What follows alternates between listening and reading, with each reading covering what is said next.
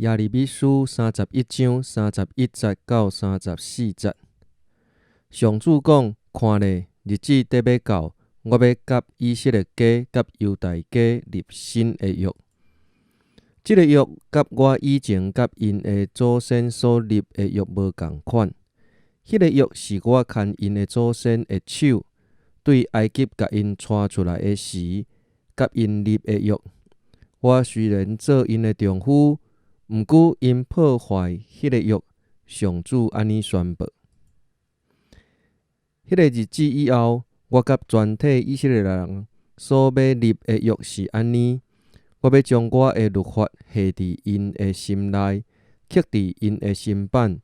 我要做因的上帝，因要做我的子民。